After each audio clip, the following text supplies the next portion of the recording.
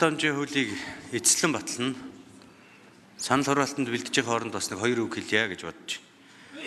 Хууль тогтоомжийн тухай хуульд нэмэлт өөрчлөлт оруулах хуулийн төсөл улсын хурлын хаврын чуулган эхлэхдээ зэрэгцэж өргөн баригдаж парламентод олон шатны хэлэлцүүлгийг өргөн хүрээнд зохион байгуулсан.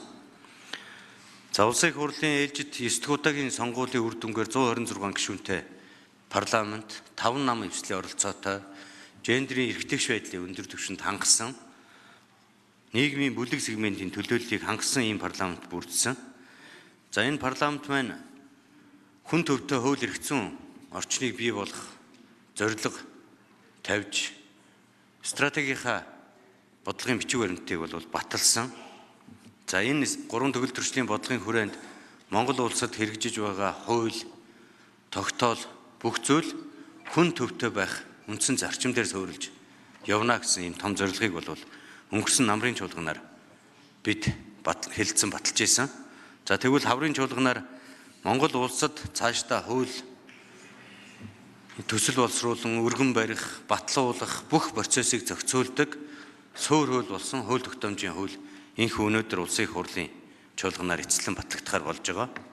За энэ хууль батлагдсанаар цаашид Монгол улсад хэрэгжих хуулиуд нь хүн төвтэй үзэл баримтлалыг хэрэгжүүлдэг, цаг үеэсээ хоцрохгүйгээр хүний эрхийн зөрчлийг үүсгдэггүй байх нөхцөлийг бүрдүүлэх, хууль өөрөө аливаа төрлийн олон журам дагаж хүчин төгөлдөр байдаг бус хууль нь өөрөө иж бүрэн зохицуулалтаа бие даан хэрэгжүүлж чаддаг болохын том үндэс суурийг тавьж байгаа ийм том хуулийн төслийг та бид эцэслэн баталж байна.